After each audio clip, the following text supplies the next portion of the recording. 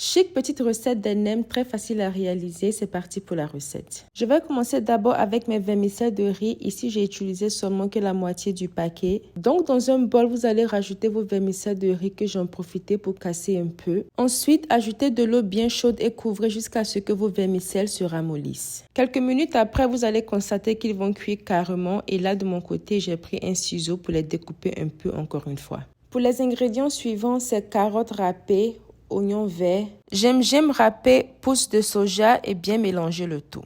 Ensuite, pour les protéines, j'ai ajouté crevettes que j'ai découpées en dés et viande hachée. Les quantités, c'est comme vous voulez et à votre préférence. Encore une fois, bien mélanger le tout et on passe à l'assaisonnement. Pour l'assaisonnement, j'ai ajouté sauce de poisson, une bonne quantité. Ensuite, sauce de soja, une bonne quantité aussi. Et après ça, sauce oisin et sauce d'huître. Quand c'est bon, vous allez bien mélanger le tout et voilà que votre mélange il est prêt. Pour l'emballage, je me suis servi d'une assiette et ensuite un torchon de cuisine que j'ai bien mouillé. Ensuite, on aura besoin de nos feuilles de riz. Ils se présentent comme ça. Pour l'étape suivante, vous pouvez soit badigeonner vos feuilles avec de l'eau tiède ou les tremper directement dans de l'eau tiède. Quand c'est bien trempé d'eau, laissez reposer pour quelques secondes jusqu'à ce qu'il ramollisse. Et quand ça va ramollir, ça va commencer à devenir collant. Cela va permettre à ce que nos feuilles ne se cassent pas pendant l'emballage. Évitez de ne pas trop remplir et pour plier, ça sera une fois et ensuite les deux côtés et maintenant bien rouler. Roulez tout doucement et voilà que c'est bon. Aussi, le fait que notre torchon d'en bas est mouillé facilite la tâche.